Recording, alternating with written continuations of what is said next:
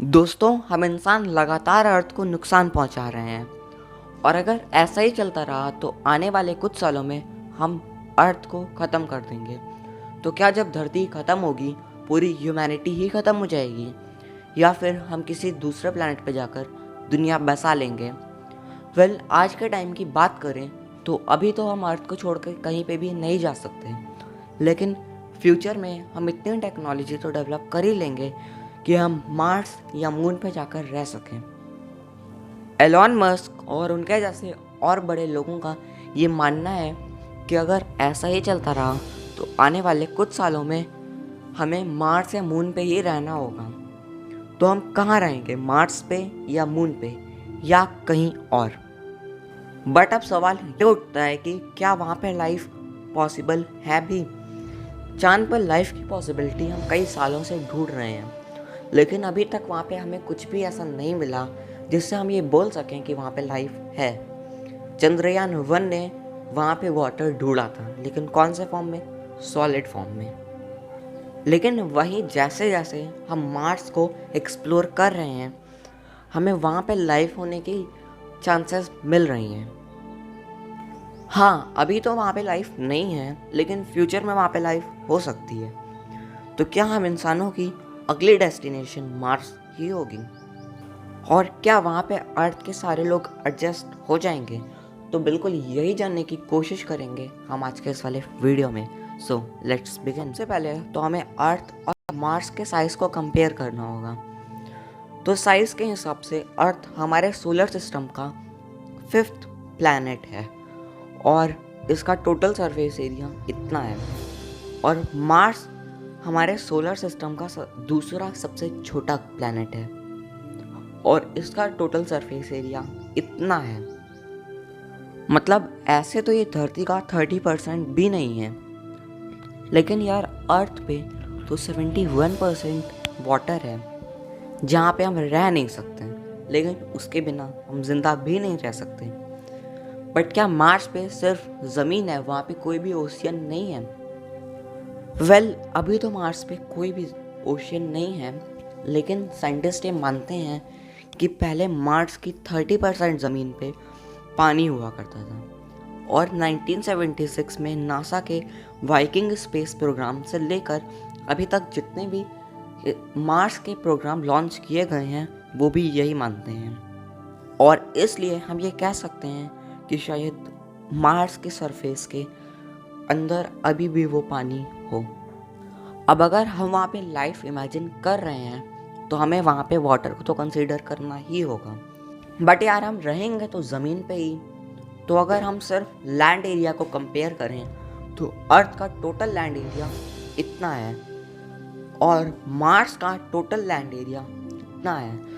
मतलब Mars Earth का 68% है। ये थोड़ा इंटरेस्टिंग है। चलो अब बात करते हैं कि क्या अर्थ के सारे लोग मार्स पे रह पाएंगे। अगर बात करें अर्थ की टोटल पॉपुलेशन की, तो अर्थ की टोटल पॉपुलेशन है 753.04 करोड़, और इस पॉपुलेशन डेंसिटी के हिसाब से हर स्क्वायर किलोमीटर में 50% रहते हैं। और अगर हम इसी पॉपुलेशन डेंसिटी को मार्स पे भी अप्लाई कर पाते हैं तो वहाँ पे 510 करोड़ लोग आराम से रह लेंगे। लेकिन यार ये तो सबको पता है कि सिर्फ 50 लोग ही हर स्क्वायर किलोमीटर पे नहीं रहते हैं। अर्थ पे बहुत सी ऐसी जगह हैं जहाँ पे पॉपुलेशन डेंसिटी बहुत ज़्यादा है, और बहुत सी ऐसी जगह हैं जहाँ पे पॉपुलेशन डेंसिटी बहुत कम है। पॉपुलेशन डेंसिटी 369% पर स्क्वायर किलोमीटर है। और इंटरेस्टिंग बात यह है कि अगर हम इसी पॉपुलेशन डेंसिटी से देखें तो मार्स पे भी 3600 करोड़ लोग आराम से रह लेंगे। दुनिया में सबसे ज़्यादा पॉपुलेशन डेंसिटी मोनाको में है। यहाँ हर स्क्वायर किलोमीटर में 26,150 लोग रहते हैं, और अगर ये पॉपुलेशन डेंसिटी से हम मार्स पे रहते हैं तो वहाँ पे 2.5 लाख करोड़ लोग आराम से रह लेंगे, और ऐसे तो अर्थ पे भी 3.8 लाख करोड़ लोग आराम से रह सकते हैं।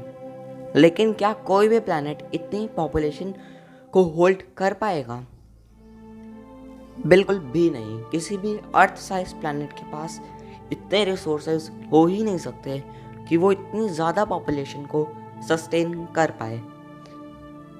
बट हमें इतनी पॉपुलेशन को सस्टेन करना भी नहीं है। यूनाइटेड नेशन की रिपोर्ट के हिसाब से 2050 में पूरी दुनिया की पॉपुलेशन इतनी होगी और 2100 तक पूरी दुनिया की पॉपुलेशन बस इतनी होगी।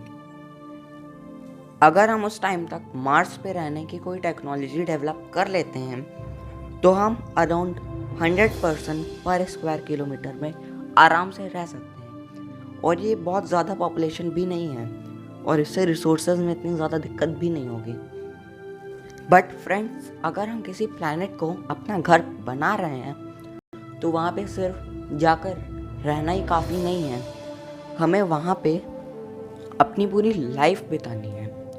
तो हमें वहाँ की कंडीशंस को भी देखना होगा। अब जैसा आपको पता है कि हमारी धरती एक सूटेबल टेम्परेचर के जोन में आती है, मतलब यहाँ पे टेम्परेचर इतना सूटेबल है कि यहाँ पे लाइफ हो सकती है और इसे गोल्डीलॉक्स जोन बोलते हैं। तो इस थ्योरी के हिसाब से मार्स भी एक सूटेबल टेम्परेचर के अंदर आता है। मार्स का average temperature around -60 degree Celsius है, जो कि हम अर्थियंस के लिए काफ़ी नहीं है और वहाँ पे रहना हमारे लिए बहुत मुश्किल हो सकता है। बट मार्स का maximum temperature around 30 degree Celsius के आसपास होता है, जो कि अर्थ का एक नॉर्मल डे होता है। तो इससे एक बात तो पता चल गई है कि मार्स का टेम्परेचर अर्थ के मुकाबले बहुत ठंडा है। तो वहाँ रहने से पहले हमें वहाँ के टेम्परेचर के बारे में कुछ सोचना होगा। और मार्स पे सिर्फ 0.174% ही ऑक्सीजन है, जो कि इतने सारे लोगों के लिए सफिशिएंट नहीं है। और मार्स पे कार्बन डाइऑक्साइड 95.32% है, जो कि बहुत बुरी खबर है।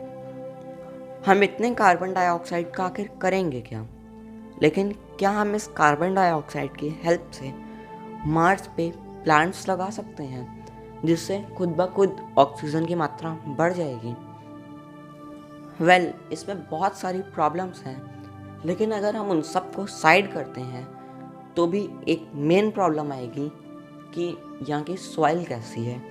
तो चलो यहाँ की सॉइल को भी एनालाइज कर लेते हैं।